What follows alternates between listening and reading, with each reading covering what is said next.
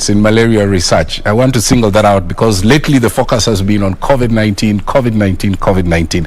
So thank you for coming. Thank you for honoring our invitation. My pleasure. To start us off, probably give us some statistics on how prevalent malaria is the country. And also because I know some of your interventions are county specific. You know, where are we? Which counties do you think are worse off in this fight on malaria, and then probably why?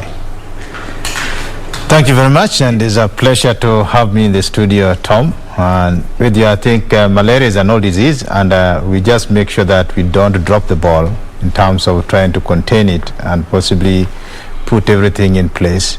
We always never have enough to invest into the control of malaria, and also as now Kenya has embraced malaria elimination, and there are several things that have been put in place. We have made many gains, and even currently we are just finishing up getting the data ready for the last malaria indicator survey that was done last year.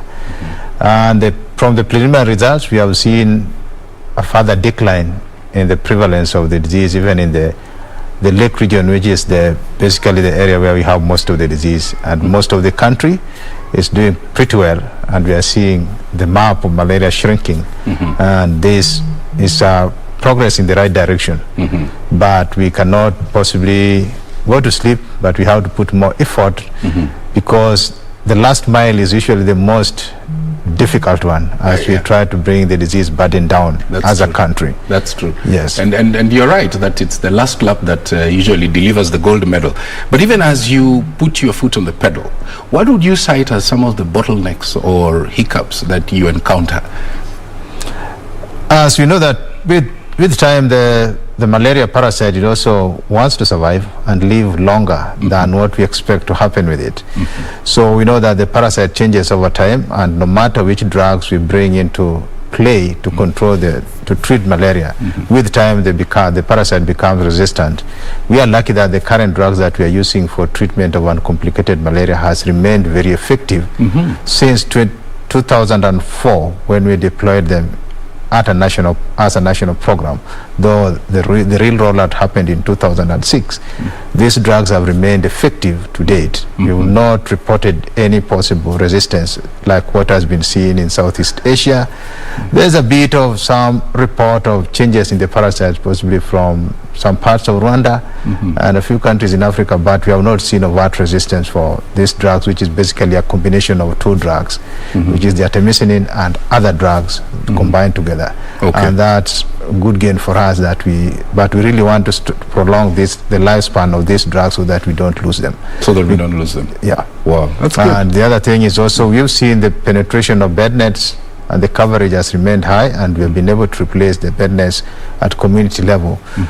Kenya has just gone through a wide distribution of millions of nets in the last couple of months. And I think this replaces the nets that have been old. And this is going to be fairly useful in controlling the disease. I remember at some point there was a lot of emphasis on women and children under 5. Has that strategy changed? Or? That has not changed, especially in the high endemic areas around Lake Victoria. We're still having a lot of focus put on controlling the disease in that vulnerable group, the pregnant women and children under 5 years. But even in the high endemic area, we are seeing a bit of a shift in the age of those who are developing severe disease, which means that we are possibly putting in quite pressure on the parasite, and the infection is going down, and that means less people are getting semi-immune as they grow older. So we might be seeing older children getting severe disease, because when we see it, it's part of success, but it also creates a new paradigm in terms of who gets sick. Which you have to look at. Yes. Okay, all right. Then I also know that you've been involved in a number of malaria vaccine and drug trials, especially at Kemri. It's rather been quiet on that front. What's happening, Dr. Yes, I think in research and in science, when things are cooking, people tend to be quiet because we make noise when we have the results. Until when the results are out, we spend quite a lot of time in the back room collecting data, gathering that data, analyzing it before we more or less make it public. We know the last 6 or so years we had a lot of data coming into the large study that was done with the the vaccine candidate that finally got licensed, and that is the RTSS. So we are now in a phase where we did more or less a phased pilot deployment, which is happening in the counties around the Lake region. And we have more than 250,000 children that have been vaccinated with this vaccine and are currently being followed up. They are more or less almost due for their booster dose. Then they'll be followed up for another period of 2 years. Then we'll have enough data to know whether we need to fully roll this out as a national program and more countries coming on. Currently, this is running just in 3 countries in Africa. That is Malawi, Kenya, and Ghana. You know, these are COVID-centric times. And when you talk about vaccine, there's always the question of efficacy. Yes. You know, and someone watching this show would wonder, very well, malaria vaccine, so, you know, how effective are... Yes, when we look at sometimes when we talk of the efficacy, and then we also want to look at what does it prevent? Yeah. How many cases does it avert? Yeah. And those are some of the things that we look at. The vaccine might have just been around 50% efficacious, but if we look at the number of deaths or infections averted when this vaccine was given to children, because in the large phase 3 that was done before licensure, we more or less had 16,000 children that were followed up in this 4-year period of study. And the impact was quite good, and that's why we felt that we need to go into the phase deployment, and that's why the launches of given as the first generation malaria vaccine. We have seen a few new candidates that have shown a much higher level of efficacy, and this is going into the late phase of development, and if that is sustained, then possibly we might be having a second generation in a few years to come. And that's the sort of thing that we look forward to. And that's good news. Recently the president unveiled the first locally developed rapid testing kit for malaria, and I'm thinking that's a big one, isn't it? Thank you very much. What other milestones are we seeing? I think the main thing is that I think this is one of the big political will that people needed to have, that the president has come forward to see that most of the commodities that we are going to use in malaria control and managing malaria should be manufactured locally.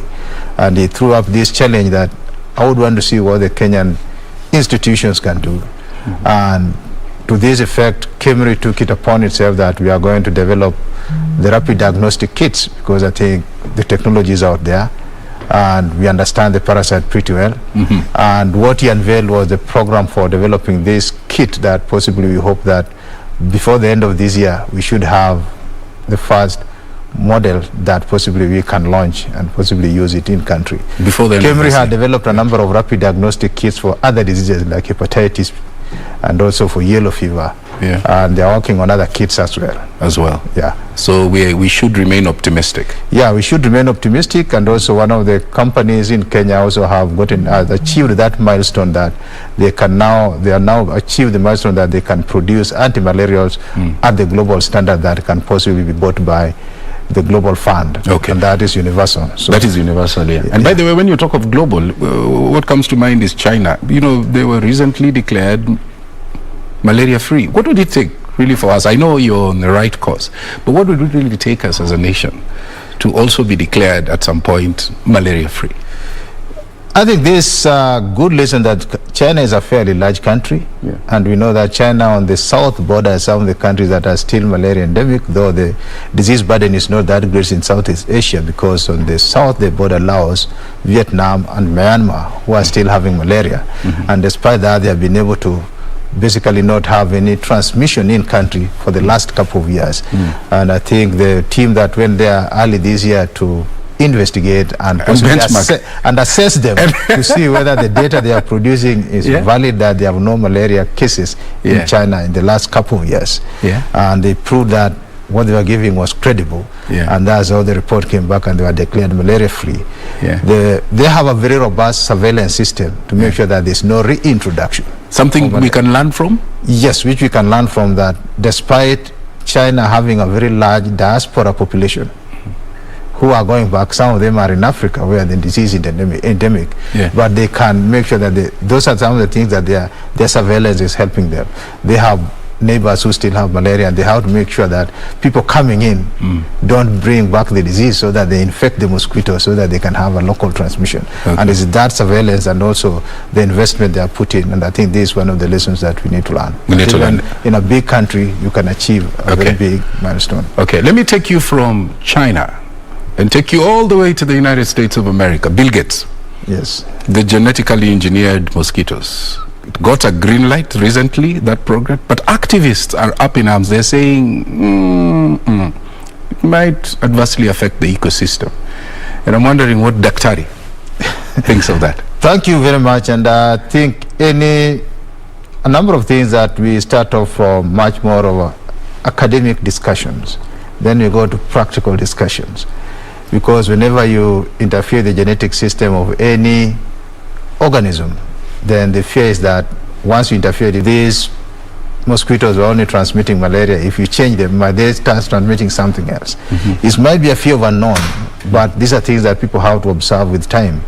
And if that is what might work, the only thing is that as we evaluate them to assess how effective they are, we need to be cognizant of the possible effects and see how put a robust system how to mitigate against the potential pitfalls that might be around any new technology.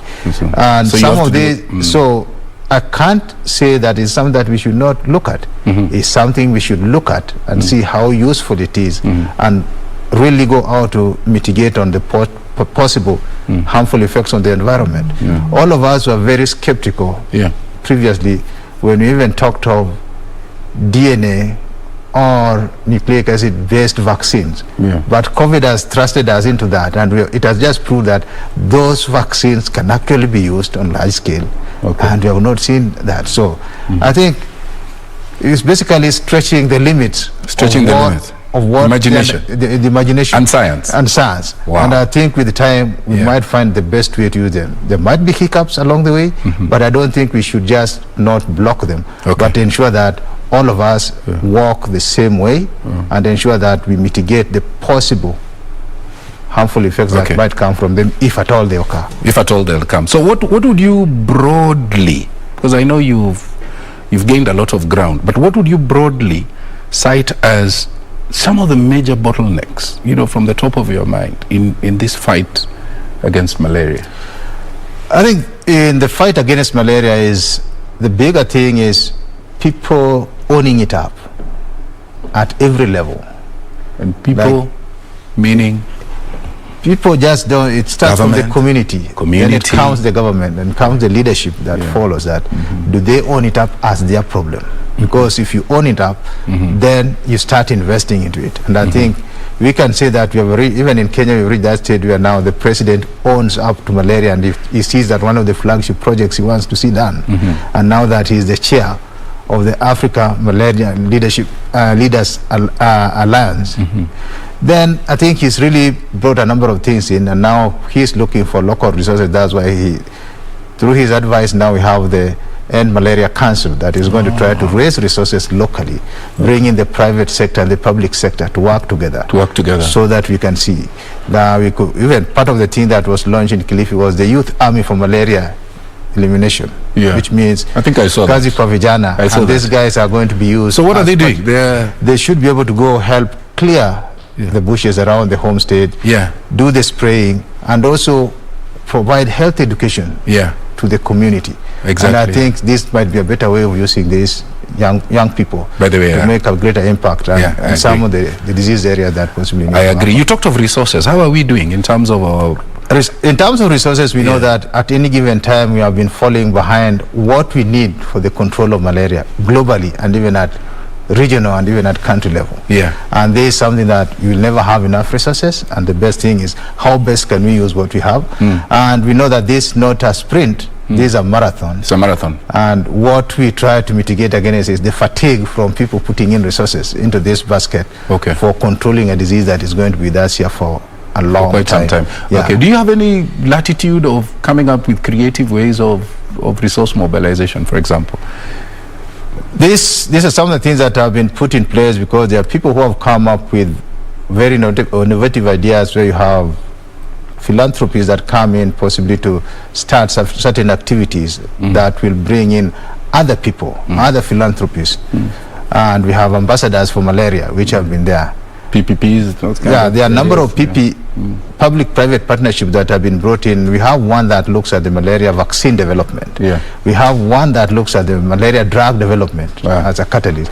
So these PPPs do quite a lot, and they bring in lots of resources, bringing different groups on the table. Because I can say it is only in malaria where the drug and vaccine development is not a farmer activity. It's both governments, bilateral and multilateral agencies and philanthropies coming together. As we wrap up, the concept of the village is dying because of development. No more mud houses, only concrete houses with sealable windows. Is that a good thing in your war against malaria? That is a perfect thing for the village is dying. Not that the village is dying. The village shouldn't die because the knowledge should not die. It's just that we're improving the infrastructure of the village, but the village should stay. The village should stay. Yes. Okay, so as we conclude, your closing comments, your message to the Republic. I think for me, and from where I sit, the war on malaria is something that is not going to end soon, and we should not drop our guard. Let's make sure that we use our nets for those who are in the malaria endemic area. Ensure if you get sick, get tested, get treated, and get retested to make sure that the treatment has worked. Excellent. And when we tell you the vaccine is available, come out in large numbers. Get it. That's a good place to leave it. Keep your eye on the ball and your foot on the pedal. Thank you very much, Daktari. I rushed by referring to you as a professor, which is also a good thing. I mean you well, but thank you, Daktari. Very much. It will always happen. Thank you, Daktari, for coming through. Dr. Benhards Ogutu, Kemri scientist. Well, we're going to take a short break. When we come back, the day's business and also the day's sports. So stay with us.